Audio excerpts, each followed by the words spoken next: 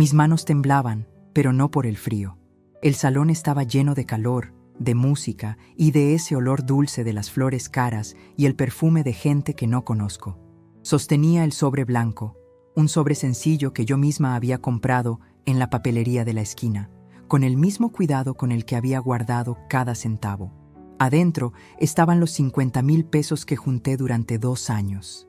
50,000 pesos, que significaban 2 años de levantarme a las 4 de la mañana a preparar la masa de los tamales, de quemarme los dedos en el comal, de dejar de comprarme mis medicinas para el dolor de huesos. Pero todo valía la pena. Era la boda de mi nieto, mi Javier. Mi nombre es Guadalupe Martínez y tengo 68 años. He sido viuda por más de 30.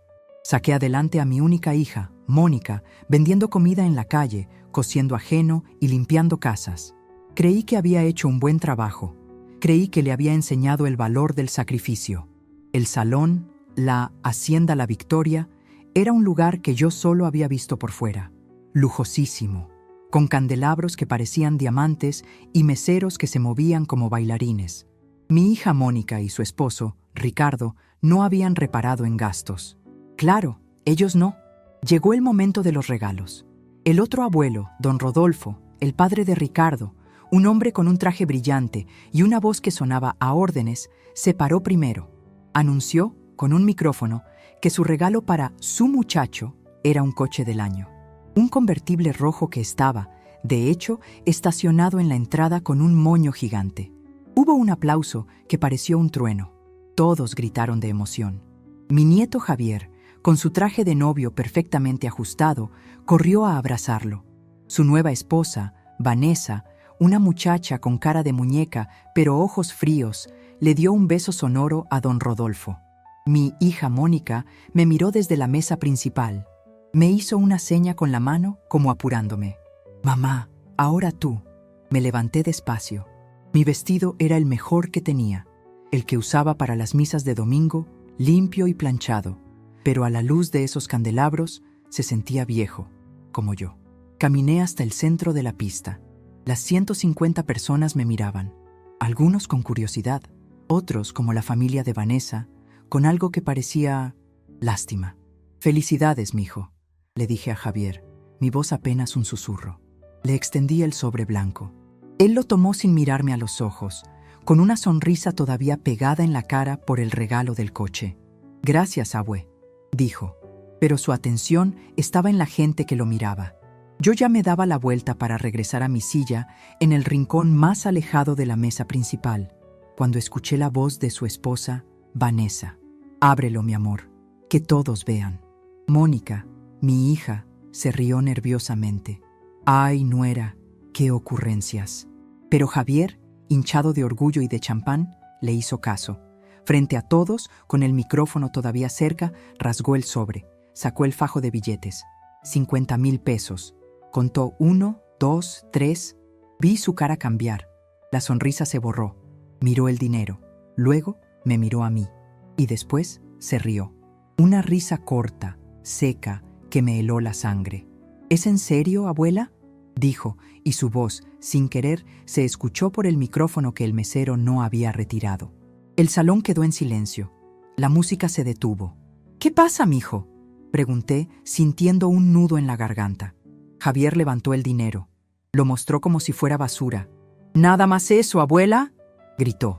Ahora sí, agarró el micrófono a propósito. «50,000 pesos. Mi otro abuelo me dio un coche. ¡Un coche! ¿Y tú me traes esto?». Sentí que el mundo se detenía. 150 pares de ojos se clavaron en mí. Pude escuchar las risitas ahogadas de la mesa de Vanessa. Don Rodolfo, el otro abuelo, sonreía con soberbia, dándole una palmada en la espalda a Ricardo, mi yerno. Busqué la mirada de Mónica, mi hija, la que crié con el sudor de mi frente. Ella no me estaba mirando. Estaba mirando fijamente su plato, su cara roja de vergüenza.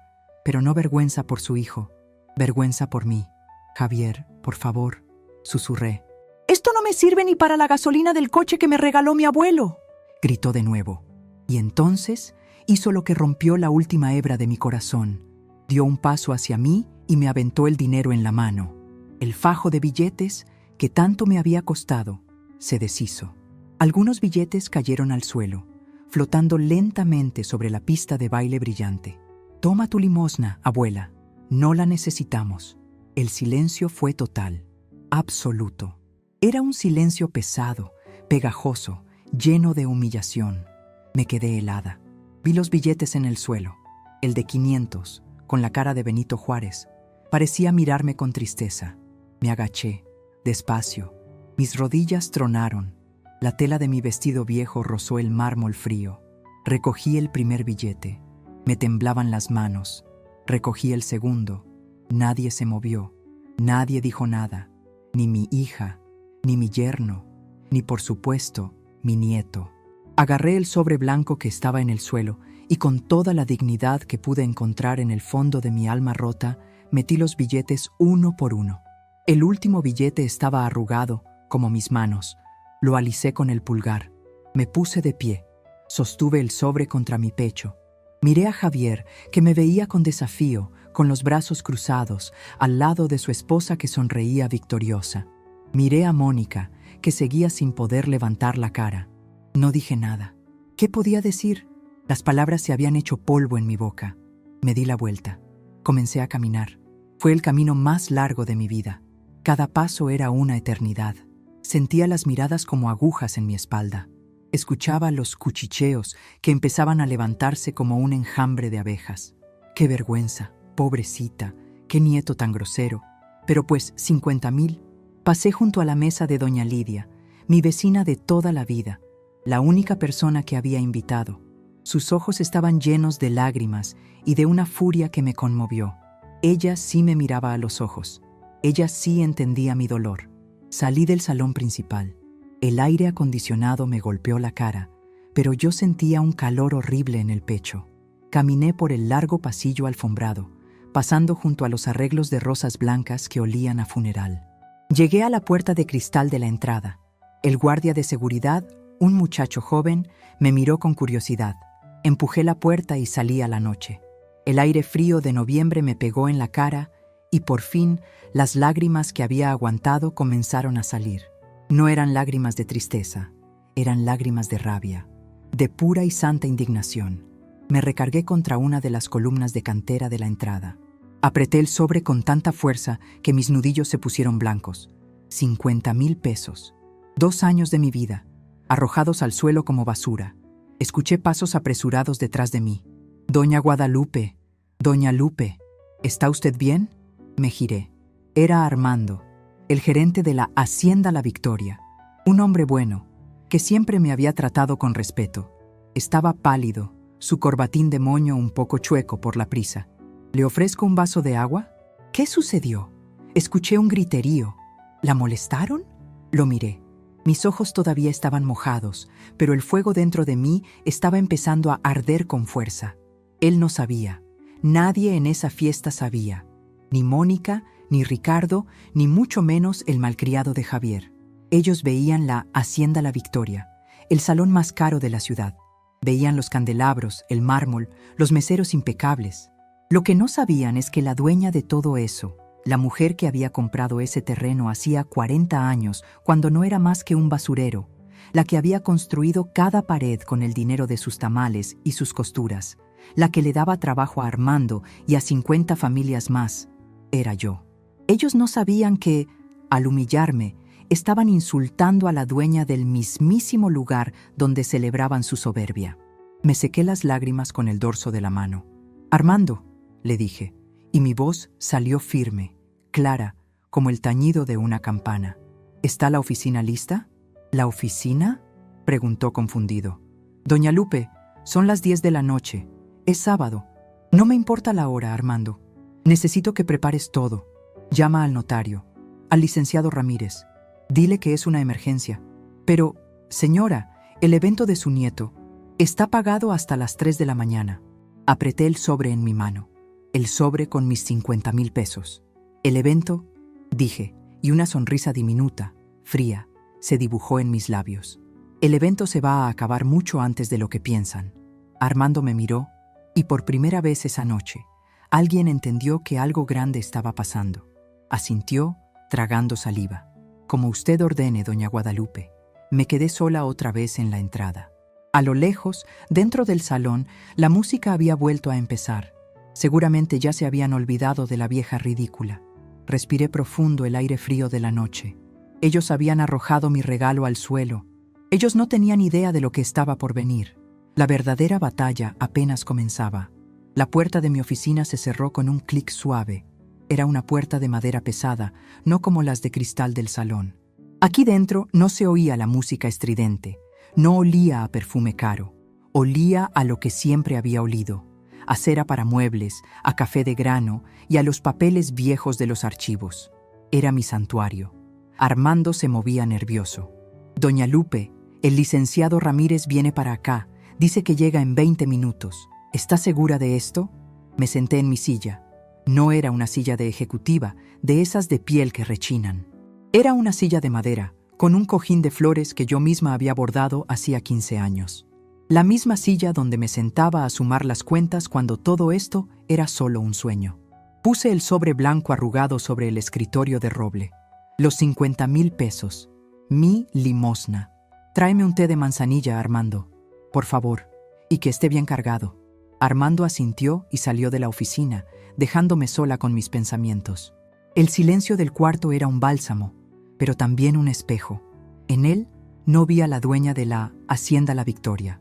Vi a Guadalupe, la viuda, la madre, la abuela que acababan de humillar. Mi mirada se posó en una foto en la pared. Era la única foto que no era de mi hija o mi nieto. Era de mi Esteban, mi viejo. Se había ido hacía 30 años, pero yo todavía hablaba con él en las noches. «Ay, Esteban», murmuré, pasando mis dedos temblorosos por el cristal. «Si vieras lo que me hicieron, si vieras en lo que se convirtió tu nieta, no, tu nieto. Fue por Esteban que todo esto existía. Llegamos a la ciudad sin nada más que las ganas de trabajar y 2 manos fuertes. Él era albañil, maestro de obra. Yo sabía cocinar. Hacía los tamales y el atole que vendía afuera de las construcciones donde él trabajaba. Guadalupe, me decía él, con su voz ronca y llena de polvo, tú tienes sazón de reina, mi vieja. Ahorramos cada centavo. Vivíamos en un cuarto de lámina. Mientras otros se lo gastaban en la cantina o en ropa, nosotros guardábamos para un sueño. Un día Esteban llegó corriendo, emocionado. «Vieja, encontré el lugar», me dijo jalándome de la mano. Me trajo aquí, pero esto no era una hacienda. Era un basurero, literalmente. Un terreno baldío en los límites de la ciudad donde la gente venía a tirar escombro y animales muertos. Olía horrible. «¿Estás loco, Esteban?», le dije, tapándome la nariz. «Esto es un muladar». Él sonrió, con esa sonrisa que le achinaba los ojos. «Tú ves basura, Lupe. Yo veo el futuro. La ciudad está creciendo para acá. En 10 años, esto va a valer oro». Y le creí. Sacamos todos nuestros ahorros, hasta el último peso, y compramos este terreno. «El basurero de Esteban», le decían mis comadres. «La locura de Lupe. Nos matamos trabajando». Esteban, en sus días libres, venía y limpiaba el terreno. Yo vendía el doble de tamales. Pero el destino es celoso. Esteban no vio los 10 años. Un día, simplemente, su corazón se cansó de tanto trabajar. Un infarto fulminante en la obra. Me quedé sola, con una hija de 12 años, Mónica, y un terreno que seguía oliendo a basura. Lloré un año entero. Lloré hasta que se me secaron los ojos. Pero un día, mirando la foto de Esteban, me di cuenta de que no podía derrumbarme. Tenía que cumplir su sueño. Por él y por Mónica. Así que me amarré el rebozo. Vendí tamales, hice mole para bodas, cosí ropa ajena. Me levantaba a las 3 de la mañana y me dormía a la medianoche. Mis manos se hicieron ásperas, se llenaron de cicatrices de manteca hirviendo y de piquetes de aguja. Todo era para Mónica, para que ella no tuviera que trabajar como yo, para que estudiara. «Mi hija va a ser doctora», le decía yo a todo el mundo. Pero a Mónica no le gustaba el estudio, le gustaba lo bonito, le gustaba la ropa y le daba vergüenza. «Ay, mamá, ¿de verdad tienes que ir a la junta de la escuela oliendo a fritanga?», me dijo una vez cuando tenía 15 años. Esa fue la primera vez que mi corazón se rompió, el olor a fritanga.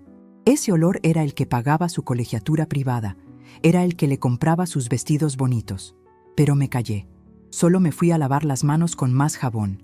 Y entonces, Mónica conoció a Ricardo, el hijo de don Rodolfo. Una familia bien, con dinero. Ricardo era guapo, pero tenía la mirada fría de su padre. Desde el primer día, me vieron como a un bicho raro. La tamalera, la suegra humilde. Nunca me lo dijeron a la cara, claro. Eran educados, pero sus ojos lo gritaban. Cuando se casaron, fue en un salón chiquito. Ellos no tenían mucho dinero entonces, solo el apellido. Yo les ofrecí hacerles la comida. Les hice el mejor mole de mi vida. Don Rodolfo, el otro abuelo, ni lo probó. Me cae pesado, dijo. Y yo seguí trabajando. La ciudad creció, como Esteban dijo. El basurero se convirtió en tierra de oro. Un día llegaron unos hombres encorbatados. Querían comprarme el terreno para hacer un centro comercial. Me ofrecieron una cantidad de dinero que yo no podía ni contar. Esa noche no dormí. ¿Vender? ¿Y qué hacía con tanto dinero? ¿Comprarme una casa grande como la de Ricardo y Mónica, donde seguro estorbaría? No. Miré la foto de Esteban. Tú ves el futuro, Lupe, me dijo su recuerdo. No vendí, construí. Empecé con un saloncito chiquito, luego otro. Ahorré cada peso de las rentas.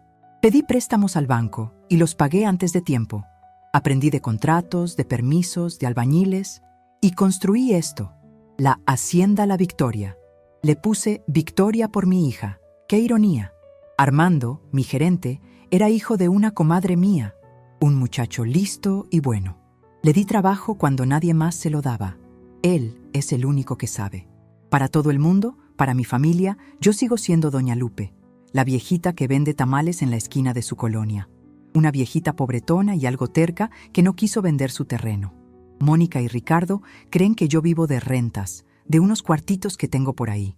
Nunca se han preguntado de dónde saco. Les da igual, les daba dinero cuando me pedían. Para la escuela de Javi, para la inicial del coche. Y yo se los daba. De mi dinero de los tamales. Nunca un centavo del dinero de la hacienda. Ese dinero era el sueño de Esteban. Y ahora, Javier, mi nieto, el niño al que le cambié los pañales, el que se dormía en mi regazo mientras yo cosía, se había convertido en ellos, peor. Se había convertido en la peor versión de ellos, arrogante, materialista. Me miré las manos sobre el escritorio, ásperas, manchadas por la edad y el trabajo. Las manos que habían juntado esos 50,000 pesos. Me acordé de la semana pasada. Me dolía la cadera. El reuma me estaba matando con el frío. La doctora me había dicho que necesitaba unas inyecciones. Eran caras. Pero esa semana era la boda de Javi. Y yo quería que mi sobre se viera decente. El dolor puede esperar, me dije. Pero el orgullo de mi nieto no. Qué tonta fui. El dolor que sentí cuando me arrojó el dinero. Eso no era dolor de cadera. Era un dolor en el alma. Un dolor que me decía, Guadalupe, fallaste. Fallaste con Mónica. Fallaste con Javier. ¿Todo tu sacrificio para qué? ¿Para criar a un monstruo que desprecia el trabajo? ¿Que desprecia a su propia sangre? La puerta se abrió. Era Armando, con el té. Y detrás de él, el licenciado Ramírez. Un hombre bueno, de mi edad, que conocía mi historia desde el principio. Doña Guadalupe, dijo el licenciado quitándose el sombrero, su voz siempre respetuosa. Armando me dijo que era urgente. ¿Qué pasó? Se ve usted pálida. ¿Es la presión? Tomé un sorbo del té. Estaba caliente y me quemó la lengua, pero el calor me centró. Me humillaron, licenciado, dije, mi voz tranquila. Puse el sobre en el centro del escritorio. Le conté todo, rápido, sin lágrimas. Le conté de los 50,000 pesos, del grito, de nada más eso, de cómo me arrojó el dinero al suelo, de las risas, de mi hija mirando el plato. El silencio en la oficina se volvió pesado. Armando apretaba los puños. El licenciado Ramírez se puso rojo de coraje. «Hijos de...», empezó a decir Armando. «¡Válgame Dios!», terminó el licenciado. «Doña Lupe, eso es una infamia», asentí. «Lo es, pero también es una oportunidad». Armando, me giré hacia mi gerente. «¿El contrato del salón? ¿El de mi hija Mónica y Ricardo?». Armando parpadeó. Fue a un archivero y sacó una carpeta. «Aquí está, señora». «¿Lo pagaron completo?». Armando y el licenciado se miraron. Vi la duda en sus ojos. Hable, Armando. Quiero la verdad. Armando tragó saliva. No, doña Lupe. Pagaron el anticipo, el 50%. El otro 50% debió pagarse hace una semana. Ricardo, su yerno, vino a verme. Me dijo que habían tenido un gasto fuerte. El coche del muchacho, que si le aguantaba, que eran familia. ¿Familia?, repetí, y una risa seca, sin alegría, salió de mi pecho. ¿Y usted qué le dijo? Que sí, doña Lupe. Perdóneme. Yo confié. Pensé que por ser usted. Hizo mal, Armando. Los negocios son negocios. La familia es otra cosa. Licenciado, ¿qué dice el contrato sobre la falta de pago? El licenciado se puso los lentes. Leyó el documento en silencio. Sus labios se apretaron. Cláusula 17. La falta de liquidación del pago total 72 horas antes del evento anula automáticamente el contrato. El proveedor, o sea, usted, se reserva el derecho de suspender el servicio en cualquier momento y retener el depósito como penalización. En cualquier momento, repetí. Saboreé las palabras. Doña Lupe, dijo Armando, pálido, ¿no estará pensando en...? Están en medio del brindis. Hay 150 personas. Me levanté. Me acerqué al espejo de cuerpo entero que tenía en un rincón. Me alicé el vestido viejo. Vi mis ojos en el reflejo. Ya no había lágrimas. Había fuego. El fuego que usaba para el comal. El fuego que me dio Esteban. Armando, dije, mi voz firme. Vaya a la cabina de sonido. Dile al DJ que se tome un descanso. Pero señora, que se tome un descanso.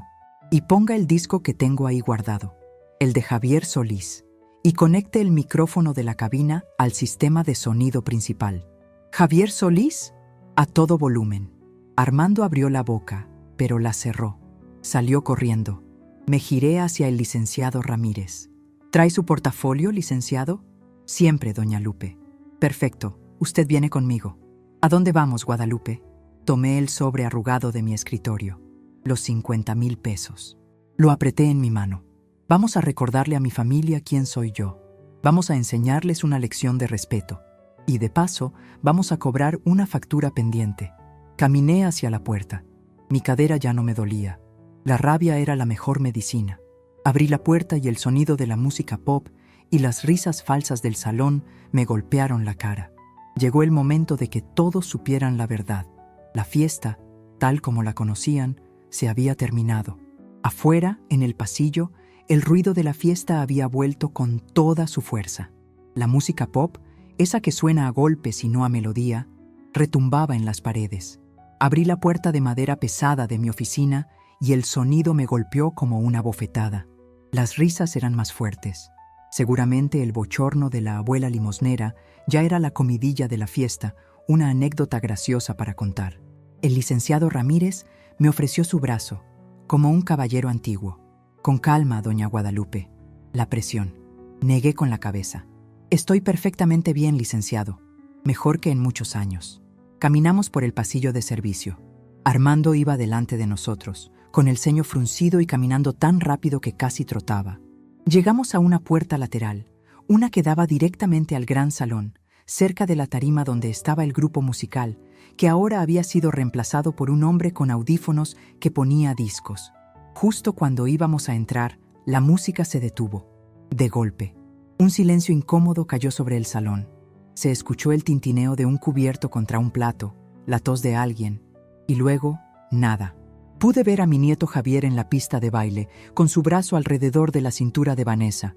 Ambos miraron hacia la cabina del DJ, confundidos, con el ceño fruncido. ¿Qué pasa ahora?, le escuché decir a Vanessa, su voz chillona. Y entonces sucedió. Sonaron los primeros acordes de una guitarra, un violín melancólico, y luego la voz inconfundible de Javier Solís, cantando Sombras, mi canción favorita. La que Esteban y yo bailábamos en la tierra de nuestro cuartito, soñando con el futuro. Sombras nada más, acariciando mis manos. La voz del cantante llenó el salón, pero no a un volumen de fondo. Armando había hecho lo que le pedí. Estaba a todo volumen, tan fuerte que hacía vibrar las copas en las mesas. El cambio fue brutal. La fiesta elegante y moderna se convirtió, en un segundo, en una cantina de barrio. La gente se miró, desconcertada. ¿Era una broma? ¿Un error técnico? Vi a mi yerno, Ricardo, levantarse de la mesa principal. Su cara estaba roja de furia. Le gritó algo al capitán de meseros, señalando hacia la cabina de sonido. Mónica, mi hija, se tapaba la cara con una servilleta, murmurando algo. Ella reconoció la música. Sabía que era mía. Javier y Vanessa salieron de la pista, furiosos. ¡Que quiten esa porquería!, gritó Javier, pero su voz se perdió en el lamento de la trompeta. Fue nuestra señal. Ahora, Armando, dije con calma. Armando abrió la puerta lateral y me cedió el paso. Entré al salón, con el licenciado Ramírez a mi derecha, cargando su portafolio de piel, y Armando a mi izquierda, con su traje de gerente impecable, pero con cara de funeral. Caminé despacio, con la cabeza en alto. Mi vestido viejo, mis zapatos gastados. Pero ya no sentía las miradas de lástima, sentía su confusión. Sombras nada más, entre tu vida y mi vida. La canción era mi escudo. Caminé por la orilla de la pista de baile, directamente hacia la mesa principal. La mesa donde mi familia se reía de mí hacía 20 minutos. Ricardo fue el primero en vernos. Su furia se transformó en shock. Palideció visiblemente. Dejó de gritarle al mesero y se quedó quieto. Su mirada no estaba en mí. Estaba fija en Armando, el gerente, el hombre al que le debía la mitad de la fiesta. Mónica levantó la cara de la servilleta. Sus ojos se abrieron como platos. «Mamá, ¿qué haces?» Llegamos a la mesa. Javier y Vanessa nos alcanzaron, sus caras descompuestas por la rabia. «Abuela, ¿qué demonios crees que haces?», espetó Javier. «Estás arruinando mi boda. Ya vete a tu casa». «Sí, señora», añadió Vanessa. «Déjenos en paz. Armando», le gritó al gerente. «Haga algo. Controle a esta vieja y quite esa música horrible». Armando me miró. Yo asentí levemente. Él dio un paso al frente. «Señorita Vanessa, señor Javier, señor Ricardo», dijo Armando, y su voz, aunque nerviosa, era firme. «La música es una petición especial». «¿Petición de quién?», preguntó Ricardo, tratando de sonar amenazante. «Mía», dije yo. Todas las cabezas de la mesa giraron hacia mí. La música de Javier Solís seguía sonando, como una sentencia. «Mamá, por el amor de Dios», rogó Mónica, ahora sí mirándome, sus ojos llenos de pánico. «¿Qué es esto? Nos estás poniendo en ridículo. Todos te están viendo». «¿En ridículo?», repetí, mi voz tranquila. «¿Más ridículo que cuando tu hijo me aventó el dinero en la cara frente a todos? ¿Más ridículo que cuando te quedaste callada, mirando tu plato, mientras tu madre era humillada?» Mónica se quedó sin palabras. Abrió y cerró la boca. Fue entonces cuando una voz se alzó desde otra mesa. «Tiene razón, doña Lupe». Me giré. Era doña Lidia, mi vecina. Se había puesto de pie, una señora bajita pero con una mirada de fuego. Apuntó con su dedo a Javier. «Yo lo vi todo. Malagradecido. Un coche te da el abuelo rico y a tu abuela, la que te cuidó de niño, la desprecias por 50,000 pesos. Dinero que seguro le costó sangre. No tienes vergüenza». «Cállese, vieja metiche», gritó Vanessa. «No la calles», gritó otra voz. Un compadre de Ricardo, de los pocos que todavía tenía algo de decencia. «Lidia tiene razón. Fue una grosería lo que hizo el muchacho». De repente, el salón se dividió. Los cuchicheos que antes eran de lástima hacia mí, ahora eran de indignación contra mi nieto. La familia de Vanessa, los elegantes, nos miraban con desprecio. Pero la gente de mi barrio, la gente que yo había invitado y que habían puesto en el rincón, empezaban a levantar la voz. La red de apoyo se hacía visible. Javier estaba morado de rabia. «Seguridad. Armando, saca a esta gente de mi fiesta. Ahora». Armando dio otro paso al frente. «Me temo que eso no será posible, joven Javier». «¿Cómo que no? Pagamos por este salón», gritó Ricardo, mi yerno, ahora sí interviniendo. Su preocupación no era la música, era el contrato. «Ahí está el detalle, señor Ricardo», dijo Armando, y su voz se endureció. «Ustedes no pagaron por este salón». El silencio fue absoluto. Hasta Javier Solís pareció callarse, aunque la música seguía. Ricardo se puso blanco como el mantel. ¿De qué estás hablando?» «Usted pagó un anticipo, señor, el 50%. El otro 50%, más el costo de los meseros y el alcohol extra que han estado pidiendo como si fuera agua, venció hace una semana. Usted me pidió que le aguantara. Me dio su palabra. Y te voy a pagar, siseó Ricardo, tratando de mantener la voz baja, pero la rabia lo traicionaba. Esto es un malentendido. ¿Cómo te atreves a ventilar esto en público? Estás despedido. Armando sonrió. Una sonrisa triste, cansada. Usted no puede despedirme, señor Ricardo. ¿Ah, no? ¿Y quién lo va a impedir? ¿Ella?, dijo señalándome con desprecio. Exactamente, dijo una voz grave a mi lado. El licenciado Ramírez abrió su portafolio. Sacó un fajo de papeles gruesos. Buenas noches. Soy el licenciado Ramiro Ramírez, notario público número 42, y estoy aquí en representación de la propietaria legal y única dueña de este establecimiento, la Hacienda La Victoria. Ricardo se rió. Una risa nerviosa. ¿El dueño? ¿Conozco al dueño? ¿Es don...? No, Ricardo, lo interrumpí. Di un paso al frente. Armando, como si lo hubiéramos ensayado, me pasó el micrófono inalámbrico que el DJ había dejado en la mesa de sonido. El micrófono estaba vivo. Lo acerqué a mis labios. El sonido de mi respiración resonó en cada bocina del salón. Buenas noches a todos, dije. Mi voz, amplificada, sonó fuerte y clara. Sonó como la voz de una mujer que ha pasado demasiado tiempo callada. Toda la música se detuvo. Armando había cortado a Javier Solís. Ahora solo era yo. 150 personas me miraban. Mi nombre es Guadalupe Martínez.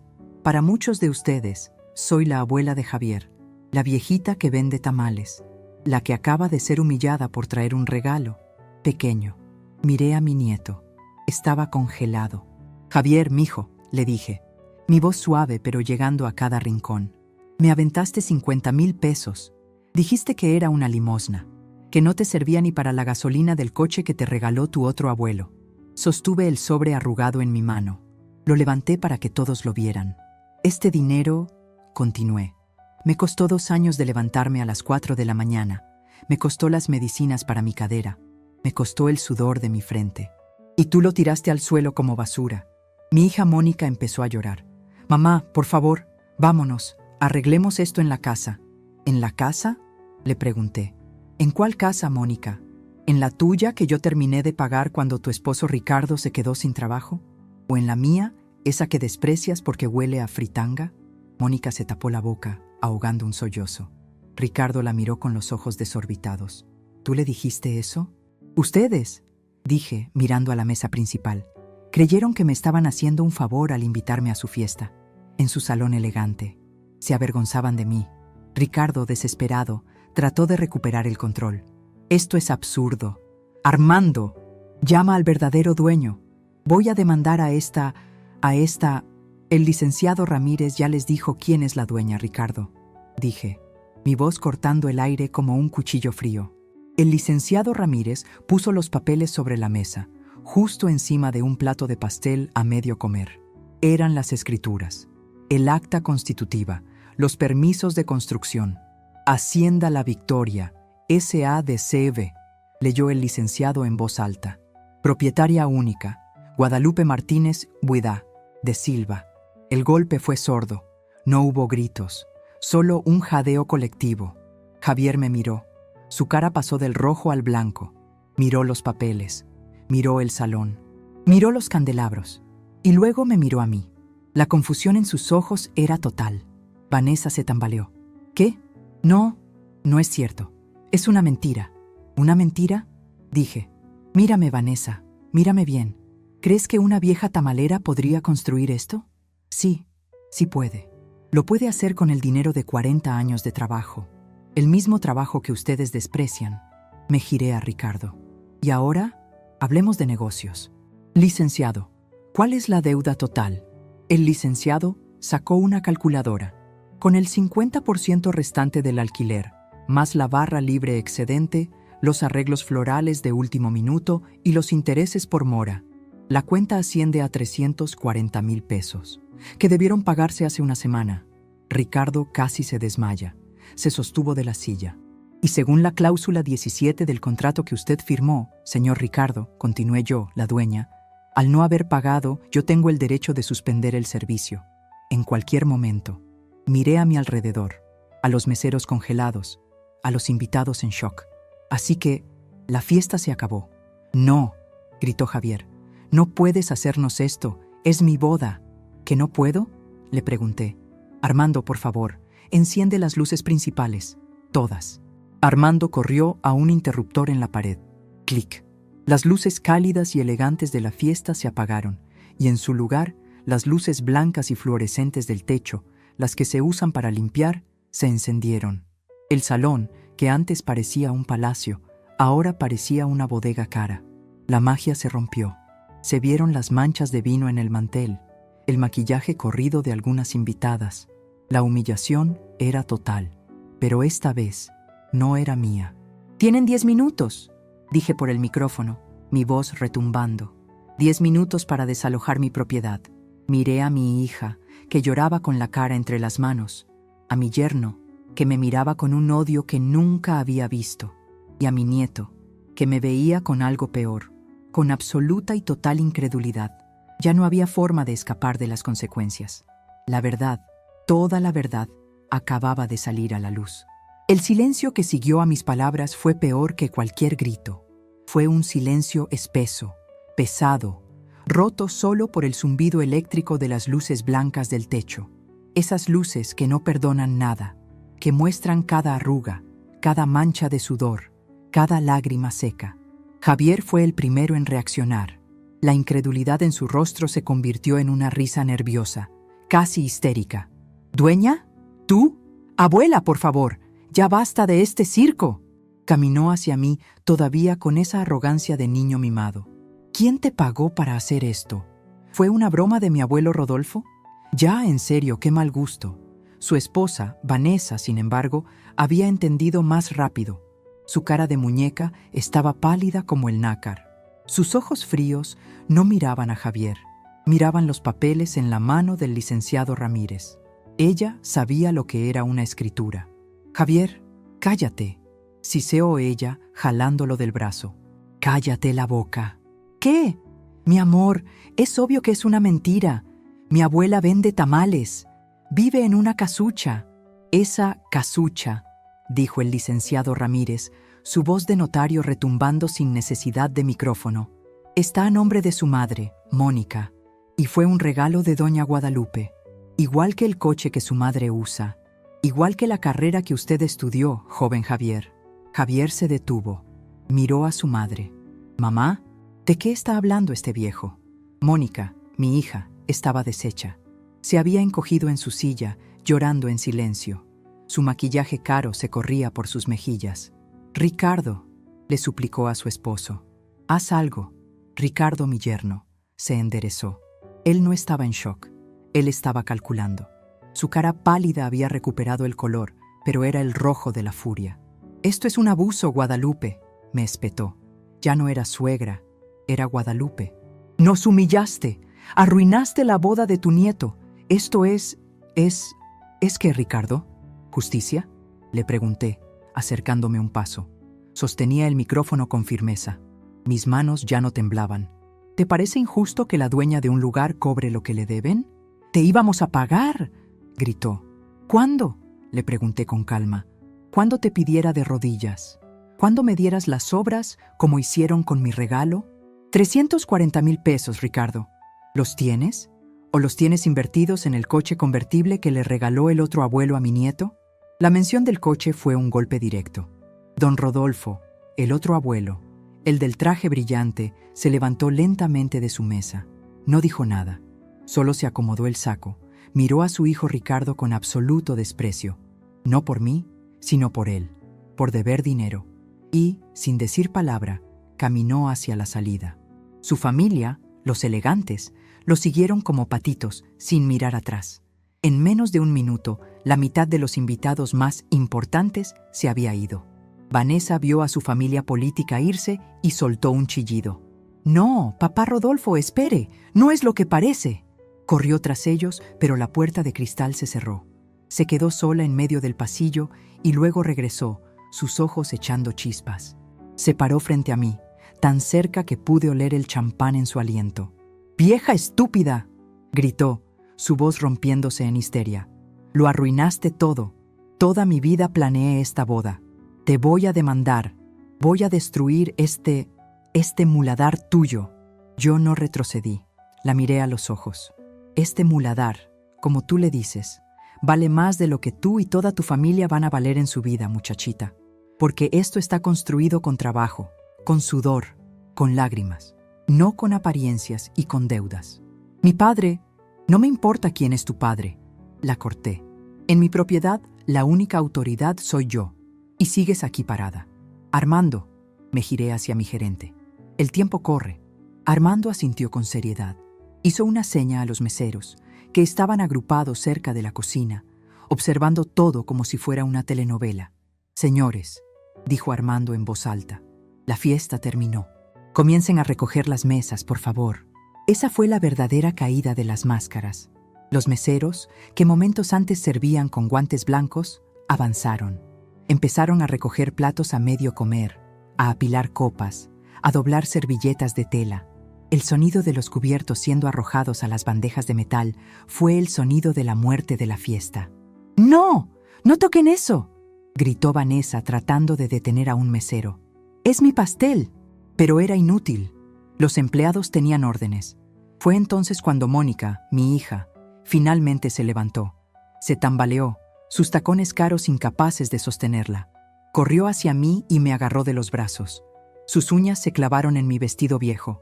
«Mamá, mamá, por el amor de Dios, para esto», me suplicaba, su cara a centímetros de la mía.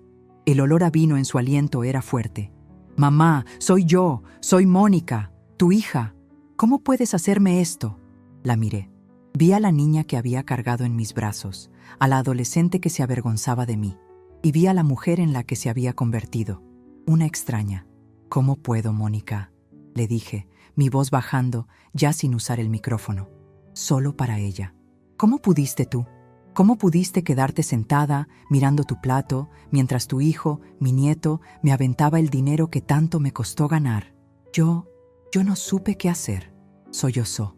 «Me dio tanta vergüenza». «Sí, te dio vergüenza, pero no de él. Te dio vergüenza de mí, como siempre te ha dado vergüenza. Te dio vergüenza mi olor a fritanga. ¿Te acuerdas? Me lo dijiste cuando tenías 15 años. Mamá, ¿por qué tienes que oler así?». Mónica palideció. Se le heló el llanto en la garganta. No esperaba que yo me acordara. «Pues te voy a decir un secreto, Mónica. Este lugar», barrí el salón con la mirada. «Cada candelabro, cada plato de porcelana, cada ladrillo de esta hacienda, fue comprado con ese olor. Cada pared huele a tamal y a mole. Mi vergüenza es tu lujo. Mi sacrificio es tu arrogancia». La aparté de mí, con suavidad pero con firmeza. Ella se quedó paralizada, como si le hubiera dado una bofetada. Ricardo, su esposo, vio que la había perdido. Vio su mundo derrumbarse. Su fuente de dinero, su estatus, todo se basaba en mí, la mujer que despreciaba. «Guadalupe, suegra», dijo, intentando cambiar el tono. Era un intento patético de reconciliación. «Por favor, hablemos. Podemos arreglar esto. Fue un error de Javier. Es un muchacho, no sabe lo que hace. Es la bebida». «¿La bebida?», dijo doña Lidia, mi vecina, que se había acercado con su bolsita en la mano. «No seas sinvergüenza, Ricardo. La bebida saca lo que uno trae dentro, y ese muchacho trae pura soberbia, igual que usted». «Usted cállese, vieja metiche», le gritó Ricardo. «No le grite a mi invitada», le dije yo, ahora sí, alzando la voz. «Ella y los demás vecinos que sí me respetan son los únicos que pueden quedarse el tiempo que quieran. Para ellos, la cocina está abierta. Armando, que les sirvan café y el pastel que esta gente ya no se va a comer».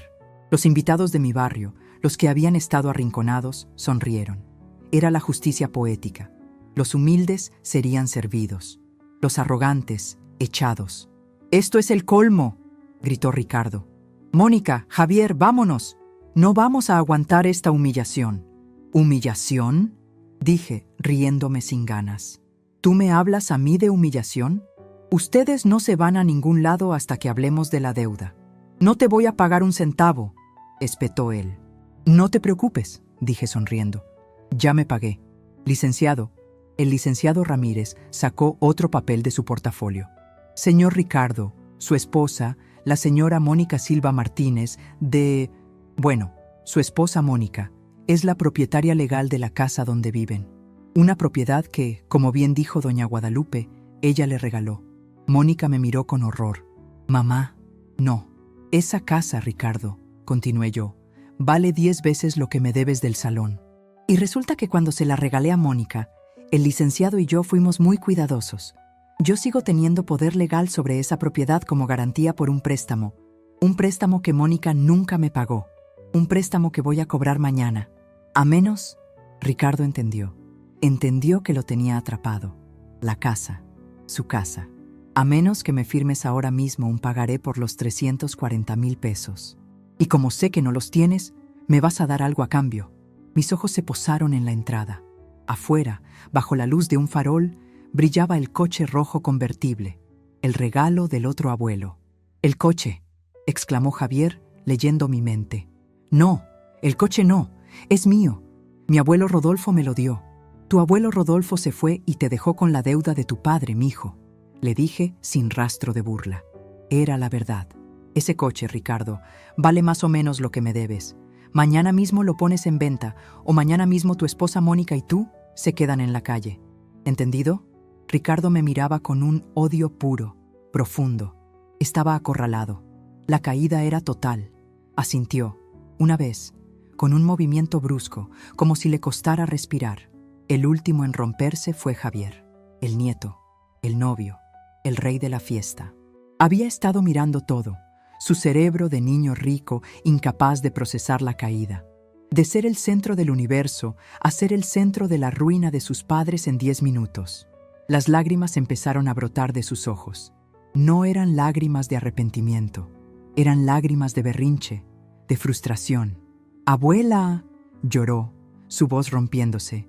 «¿Por qué? ¿Por qué nos haces esto? Yo te quiero». Caminó hacia mí, intentando abrazarme. Puse mi mano en su pecho, firme. «No, Javier, no me toques». Me miró, sus ojos llorosos llenos de confusión. «Tú no me quieres, mijo. Si me quisieras, no habrías contado esos billetes como si contaras monedas. Si me quisieras, habrías valorado el esfuerzo. Tú no quieres a nadie, solo quieres cosas. Y hoy, perdiste muchas». Vanessa lo agarró del brazo, sus uñas pintadas de rojo clavándose en el traje caro. «Vámonos, Javier, vámonos de esta posilga. Mis padres nos esperan». Javier se dejó llevar, llorando como el niño que era. Mónica, mi hija, me dio una última mirada. Estaba vacía. No había odio, no había tristeza, solo un vacío inmenso. El vacío de alguien que se da cuenta, demasiado tarde, de que apostó todo al caballo perdedor. «Mamá, vete, Mónica». Se dio la vuelta y siguió a su esposo y a su hijo. Los vi caminar hacia la salida. Los tres. La familia perfecta. Ricardo, derrotado. Javier, llorando. Y Mónica, caminando como un fantasma bajo las luces blancas de limpieza. La puerta de cristal se cerró tras ellos. El salón quedó en silencio, salvo por el sonido de los platos y el murmullo de mis vecinos, que me miraban con una mezcla de asombro y admiración. Doña Lidia se acercó y me puso una mano en el brazo. Su mano era cálida. «Virgen Santa, comadre», dijo, con la voz quebrada. «¡Qué agallas!». Nunca había visto nada igual. Yo solo asentí. Estaba cansada. De repente, el dolor de la cadera volvió, con fuerza. Me apoyé en el atril. Tomé el sobre arrugado de mi escritorio. Los 50,000 pesos. Mi dinero. Mi sudor. Armando se acercó. «¿Qué hacemos ahora, doña Guadalupe? ¿Apagamos las luces?». Miré el salón medio vacío, medio limpio. Miré el pastel de bodas intacto en la mesa. «No, Armando», dije, y una pequeña sonrisa se dibujó en mi cara. «Trae los platos limpios, que corten el pastel, y vuelve a poner a Javier Solís. Pero esta vez, ponlo bajito». Me senté en la silla que había sido de Mónica, la silla de honor. Finalmente, todo estaba en su lugar. La lección había sido aprendida, aunque fuera de forma dura.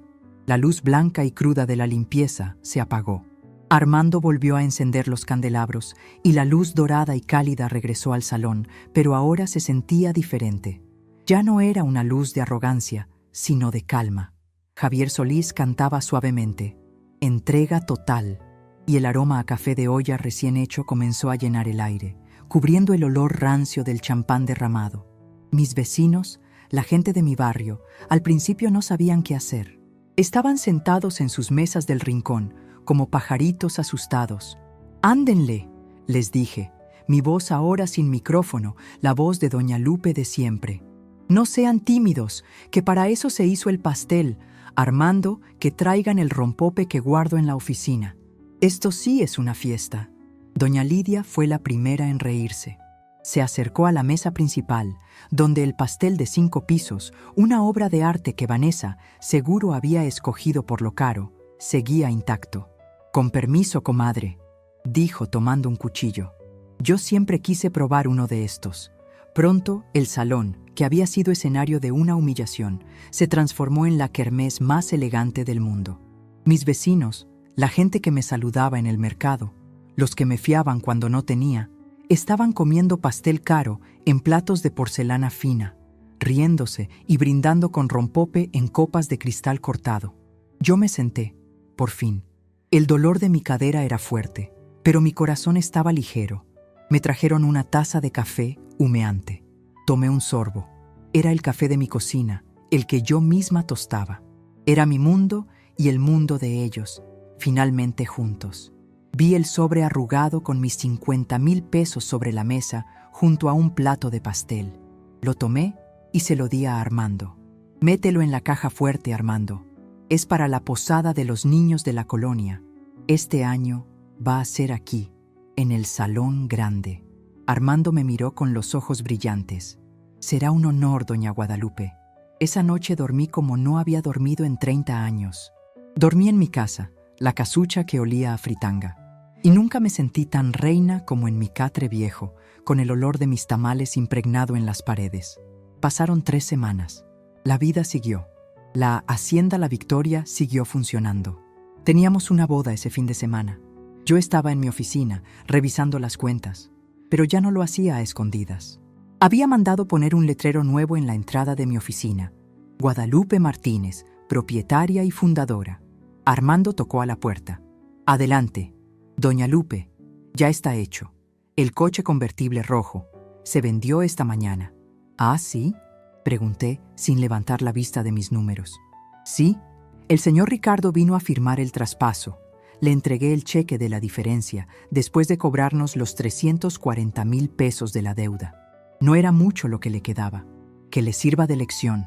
¿Dijo algo? Armando dudó.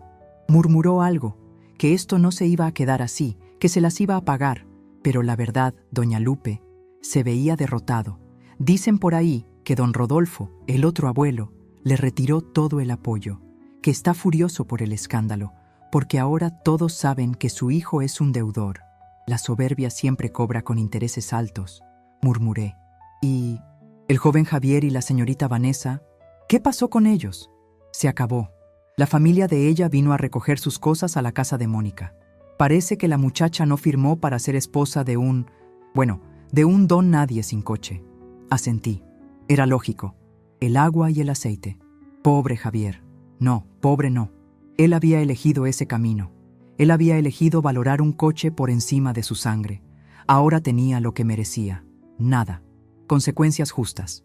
«Gracias, Armando. Ya puede retirarse». Seguí con mis cuentas. Pero mi mente no estaba en los números. Estaba en Mónica. No había sabido nada de ella desde esa noche. Ni una llamada, ni un mensaje. Ricardo había venido a arreglar lo del coche, pero ella no. Mi hija. Me dolía. A pesar de todo, me dolía. El corazón de una madre es terco. Ese fin de semana decidí no ir a la hacienda. Me quedé en mi casa. Me puse mi delantal floreado y me puse a hacer lo que mejor sabía: tamales. El olor del nixtamal, del chile y de la manteca me centraba. Me recordaba quién era yo. Estaba envolviendo el último tamal en la hoja de maíz cuando la escuché. Una voz delgada, rota. «¿Mamá?». Estaba parada en el zaguán de mi patio. Mónica. No era la Mónica de la fiesta. No traía tacones ni vestido de diseñador. Traía unos pantalones de mezclilla viejos y una blusa sencilla. Su cabello, siempre perfecto, estaba amarrado en una cola de caballo sin chiste. Estaba pálida y tenía ojeras profundas. Se veía como yo me sentía hacía 30 años, perdida. No le dije, pásale. Dejé que ella diera el paso. Se acercó despacio, como si tuviera miedo de que mis gallinas la fueran a picotear. Se detuvo a unos metros de mi mesa de trabajo. Estás haciendo tamales, dijo, como si fuera la cosa más extraña del mundo. Tengo que trabajar, mija. La hacienda no se mantiene sola. Se quedó callada. Vi sus manos. Se retorcía los dedos. No traía su anillo de bodas. Ricardo se fue, dijo en un susurro. ¿Se fue? Cuando su padre le quitó el dinero, cuando le dije que la casa era tuya y que él ya no mandaba, se puso como loco. Dijo que yo era una traidora, que lo había engañado. Agarró sus cosas y se fue. Lo siento, dije, y lo sentía. No por él, sino por ella. Javier está deshecho.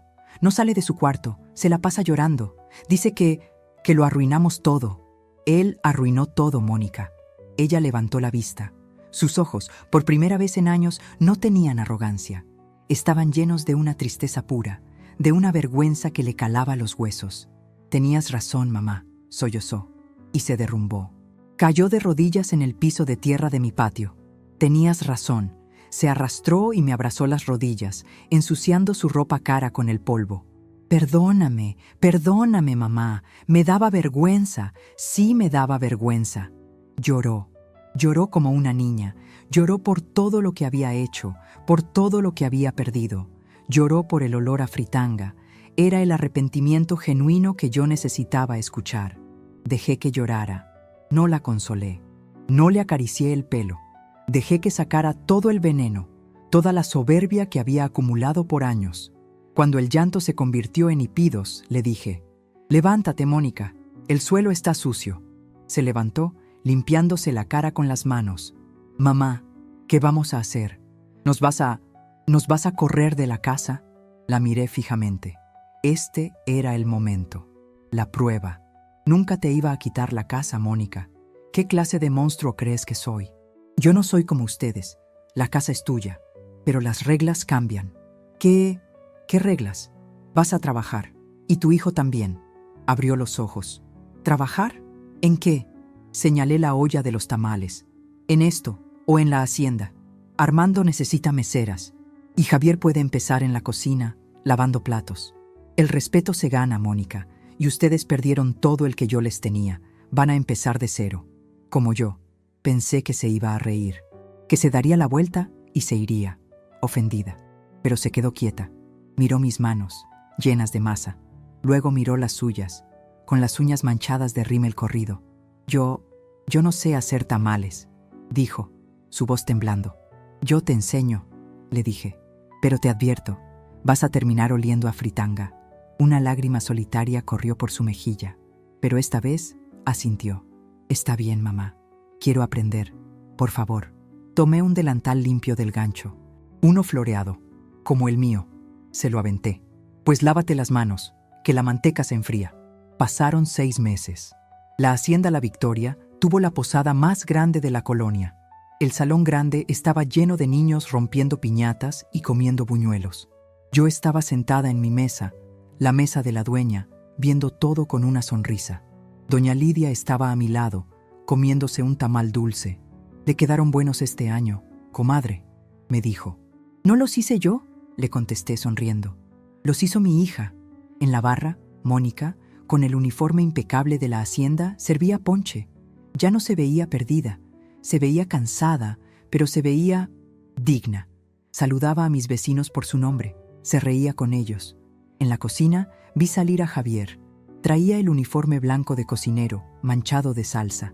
Estaba más delgado, pero sus ojos ya no eran arrogantes. Eran tranquilos. Llevaba una bandeja pesada.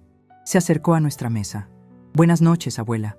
Doña Lidia, les traje más atole». «Gracias, mijo», le dije. Me sirvió la taza. Sus manos eran firmes. Vi una pequeña cicatriz de quemadura en su muñeca, una quemadura de comal. Sonreí por dentro. Estaba aprendiendo. No hablamos de esa noche. No todavía. El perdón es algo que se cocina a fuego lento, como el mole, pero estábamos en el camino. Un nuevo comienzo, basado en el respeto. Miré mi salón, lleno de vida, mi trabajo, mi sacrificio. Entendí que mi fuerza nunca había estado en el dinero, ni en las escrituras. Había estado en mis manos, en mi voluntad de levantarme cada día a las 4 de la mañana. La hacienda solo era el resultado de eso. Aprendí que el valor no te lo da lo que tienes, sino lo que eres capaz de construir. Aprendí que no puedes permitir que nadie, ni tu propia sangre, te haga sentir menos por el trabajo honrado. Tomé un sorbo de atole. Estaba perfecto. Hoy, mi nombre es Guadalupe Martínez. Sigo vendiendo tamales, pero ahora lo hago desde el restaurante de lujo de mi hacienda. Mi hija es mi gerente. Mi nieto es mi aprendiz de chef. Ya no me escondo. Ya no me avergüenzo de mi olor a trabajo. Mi historia es la prueba de que la dignidad nunca se pierde. A veces solo se duerme, y solo necesita una buena sacudida para despertar. Y así aprendí que nunca es tarde para recuperar tu valor y enseñarles a los demás quién eres realmente.